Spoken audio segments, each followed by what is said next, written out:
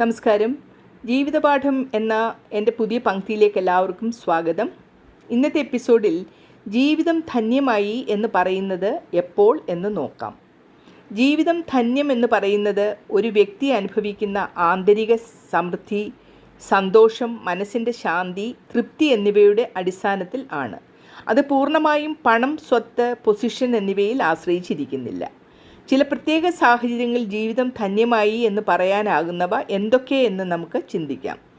ആത്മസന്തോഷമുള്ളപ്പോൾ, നിങ്ങൾ ഉള്ളതിൽ തൃപ്തി അനുഭവിക്കുമ്പോൾ, പിന്നിൽ നിന്നുള്ള ഒരു സംതൃപ്തിയും ആന്തരിക ശക്തിയും ശാന്തിയും ഉണ്ടാകുന്ന സമയങ്ങളിൽ, ഇങ്ങനെയുള്ള സന്തോഷകരമായ ബന്ധങ്ങൾ, കുടുംബം, സുഹൃത്തുക്കൾ, പ്രണയബന്ധങ്ങൾ തുടങ്ങിയവ സ്നേഹപൂർണവും സുതാര്യവുമായിട്ടുണ്ടെങ്കിലും നിങ്ങൾക്ക് ജീവിതം ധന്യമായി എന്ന് തോന്നാം. അതുപോലെ ആരോഗ്യം ശാരീരികവും മാനസികവുമായിട്ട് ഉള്ളപ്പോൾ നിങ്ങൾക്ക് ജീവിതം ധന്യമാണെന്ന് തോന്നും.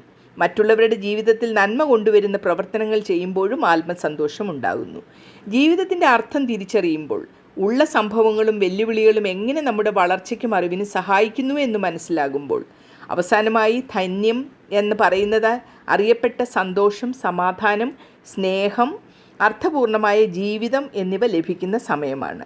സന്തോഷവും സ്നേഹവും അനുഭവിച്ചിട്ടുള്ളവർ കുടുംബം, സുഹൃത്തുക്കൾ, ബന്ധങ്ങൾ എന്നിവയിലൂടെ ഹൃദയപരമായ സന്തോഷം അനുഭവിക്കുന്നു, ആത്മപൂർണതയെ പ്രാപിക്കുന്നു.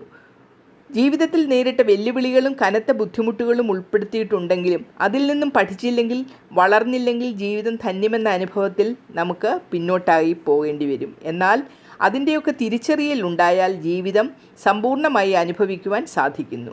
മനസ്സിൽ പിഴവുകൾക്കോ നിരാശയ്ക്കോ ഇടമില്ലാത്തപ്പോൾ മാപ്പ്, കരുണ, മനസ്സിൻ്റെ ശാന്തി എന്നിവയോടെ മരണത്തിന് മുന്നോടിയായി നോക്കുമ്പോൾ ജീവിതം അർത്ഥപൂർണമായി എന്ന് പറയാം.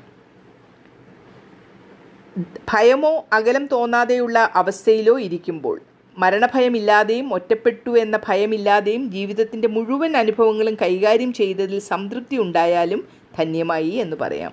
ജീവിതത്തിൽ ഇതൊക്കെയാണ് ധന്യമായി എന്ന് പറയുന്ന ചില നിമിഷങ്ങൾ. അല്ലാതെ തീർച്ചയായ ഒരു നിശ്ചിത ഫലമല്ല നമുക്ക് പറയാൻ പറ്റുന്നത്. പക്ഷേ ഇത്തരം ഘട്ടങ്ങൾ ഉണ്ടാകുമ്പോൾ നമ്മൾ ജീവിതം പൂർണ്ണവും ധന്യവുമാണെന്ന് പറയുകയും വേണം. സാധാരണയായി ജീവിതം ധന്യമെന്ന് തോന്നുന്നത് മനുഷ്യൻ്റെ ശാന്തിയും അവബോധവും കൂടി ലഭിക്കുന്ന സമയങ്ങളിലാണ്. ഇതിൽ പണത്തിനോ സ്ഥാനത്തിനോ സമ്പത്തിനോ ഒന്നും നിർണായകമായ പങ്കില്ല എന്നും മനസ്സിലാക്കുക. ഇനി പുതിയൊരു വിഷയവുമായി അടുത്ത എപ്പിസോഡിൽ കാണാം. നന്ദി, നമസ്കാരം.